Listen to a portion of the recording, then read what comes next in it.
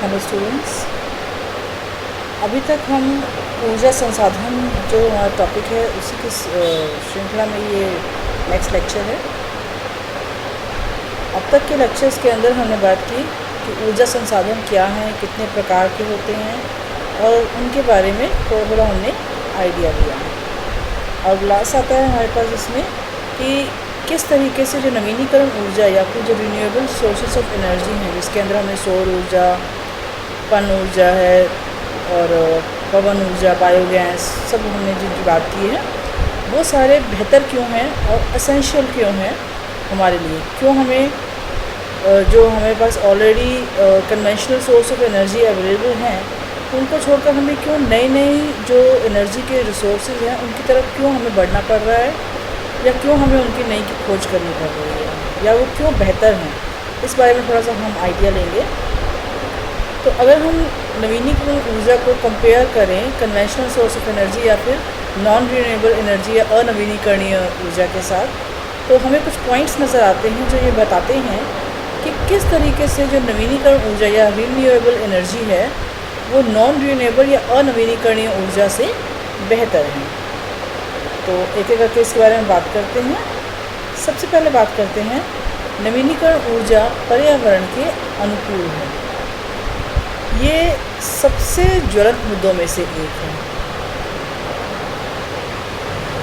ऊर्जा का जो साधन है, ऊर्जा हमें चाहिए, हमें अपनी डेली रूटीन की जितनी भी एक्टिविटीज़ होती हैं उनको परफॉर्म करने के लिए हमें एनर्जी का कोई ना कोई सोर्स जो है वो यूज़ करना ही होता है। खाना बनाने के लिए, मोटर व्हीकल्स चलाने के लिए, घरों को गर्म करने के लिए, ठंडा करने के लिए, हर तरह की एक्टिविटीज़ के लिए हमें किसी न किसी तरीके से हम एनर्जी पर डिपेंड करते हैं। पर जहाँ ये एनर्जी हमारे लिए एक तरीके से हेल्पफुल है, वहीं दूसरी ओर ये हमारे लिए नुकसान भी पैदा करती है, क्योंकि जो कन्वेंशनल सोर्स ऑफ एनर्जी होते हैं वो पर्यावरण को प्रदूषित करते हैं। प्रदूषण किस तरह से होता है? हम कोयला जलाते हैं, मोटर व्हीकल से पेट्रोल जलता है, इन सब से हानिकारक गैसें निकलती हैं और ये जो गैसेस होती हैं हानिकारक, ये पर्यावरण में वायु प्रदूषण का कारण है।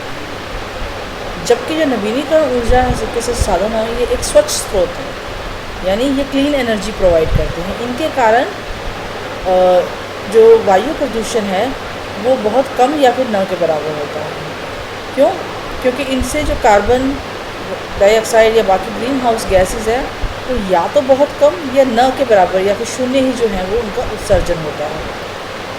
जबकि अगर हम बात करें नॉर्मल जो हमारा जीवाश्म ईंधन होता है, फॉसिल फ्यूल होता है, जिसके अंदर कोयला, पेट्रोल ये आते हैं, वो हम जानते हैं कि उनको जलाने से बहुत ज़्यादा मात्रा के अंदर जो हानिकारक गैसें हैं वो वायुमंडल में उत्सर्जित होती हैं, जो कि ग्लोबल वार्मिंग और जो जलवायु परिवर्तन है और वायु की गुणवत्ता में गिरावट, इन सब चीज़ों के लिए वो रिस्पॉन्सिबल होती है। इसके अलावा जब जीवाश्म ईंधन को जलाया जाता है तो सल्फर डाइऑक्साइड, नाइट्रोजन ऑक्साइड्स बनते हैं, जो कि बाद में अम्ल वर्षा के रूप में वापस ज़मीन पर ही आते हैं या हमारे वायुमंडल में ही प्रवेश करते हैं, हमारे इकोसिस्टम को नुकसान पहुंचाते हैं।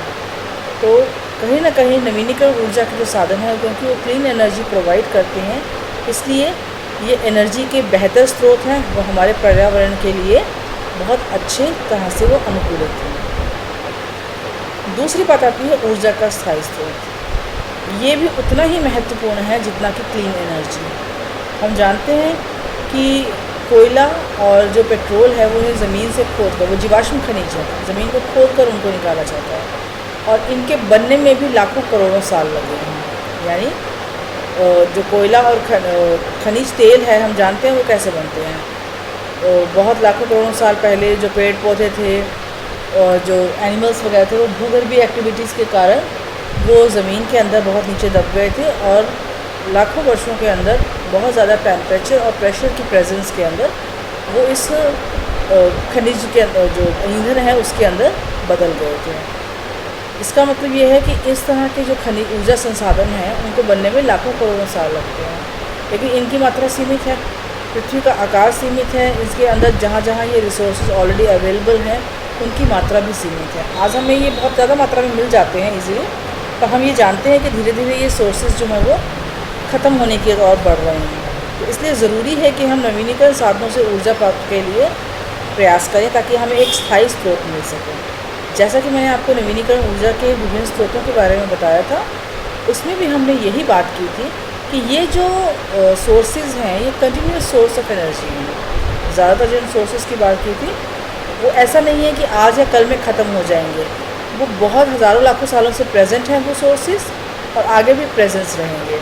बस हमें उनको इस्तेमाल करने के तरीके ढूंढने हैं और उनको इंटेलिजेंस के साथ बहुत ढंग से यूटिलाइज़ करना है। और ये कभी ख़त्म भी नहीं होंगी, क्योंकि हमें पता है कि ना तो सूरज की रोशनी ख़त्म होने वाली है, ना समुद्र में लहरें ख़त्म होने वाली हैं, ना हवा चलने वाली बंद होने वाली है, और ना पानी ख़त्म होने वाला है, और बायोगैस, बायोमास, ये सब चीज़ें भी लगातार इनकी कंटिन्यूटी जो है उसको मेंटेन रखना पॉसिबल है। फिर आता है रोज़गार में सहायक। जो रिन्यूएबल रिसोर्सेज होते हैं वो जो कन्वेंशनल सोर्स ऑफ एनर्जी होते हैं उससे बेहतर और सस्ते होते हैं। जैसे कि मैंने आपको पहले भी बताया, हालांकि इनको इस्टेब्लिश करना थोड़ा मुश्किल होता है, लेकिन ये है कि एक बार इस्टेब्लिश होने के बाद ये लॉन्ग टर्म तक एनर्जी प्रोवाइड करते रहते हैं बहुत ही लो कॉस्ट पे। जब सस्ती एनर्जी या सस्ती ऊर्जा हमें उपलब्ध होगी तो एक तरीके से उद्योगों को और फैक्ट्रीज़ को फ़ायदा मिलेगा, और उनको फ़ायदा मिलेगा तो नई नई फैक्ट्रीज़ लगेंगी। अगर बिजली सस्ती होगी तो नई फैक्ट्रीज़ लगने से रोज़गार के नए तरीके या नए जो साधन हैं वो पैदा होंगे। फिर आता है वैश्वीकरण स्तर पर ऊर्जा की कीमतों में स्थिरता। अब जैसे जैसे एनर्जी रिसोर्स नए जो नॉन रिन्यूएबल की जगह रिन्यूएबल एनर्जी रिसोर्सेज की खोज की जा रही है, हमें एनर्जी के नए अल्टरनेटिव्स मिल रहे हैं, डिपेंडेंस जो है वो कन्वेंशनल सोर्स ऑफ एनर्जी के ऊपर धीरे धीरे कम हो रही है। हम जानते हैं कि मार्केट का ये रूल है, जो चीज़ कम मात्रा में उपलब्ध हो और जिसकी मांग बहुत ज़्यादा हो, उसकी मात्रा या उसकी जो कीमत है वो अपने आप बढ़ने लगती है। लेकिन अगर हमारे पास किसी चीज़ का ऑल्टरनेट प्रेजेंट हो तो उसकी जो कीमत है उसके ऊपर नियंत्रण किया जा सकता है। तो यही होता है कि क्योंकि हमारे पास alternate source of energy present होती है तो जो डिपेंडेंस है कन्वेंशनल सोर्स ऑफ एनर्जी के ऊपर वो धीरे धीरे कम होती है। इस डिपेंडेंस के कम होने के कारण जो उनकी कीमतों के बढ़ने का जो क्रम है वो स्थिर हो जाता है। तो नवीनीकरण ऊर्जा को प्रोत्साहन देने के कारण क्या हो रहा है कि वैश्विक स्तर पर ऊर्जा की कीमतों में स्थिरता आई है। वरना पहले क्या था कि जैसे जैसे रिसोर्सेज जो है वो कम हो रहे थे उनका प्राइस जो है वो बढ़ रहा था। और फिर नेक्स्ट आता है सार्वजनिक स्वास्थ्य को बढ़ावा।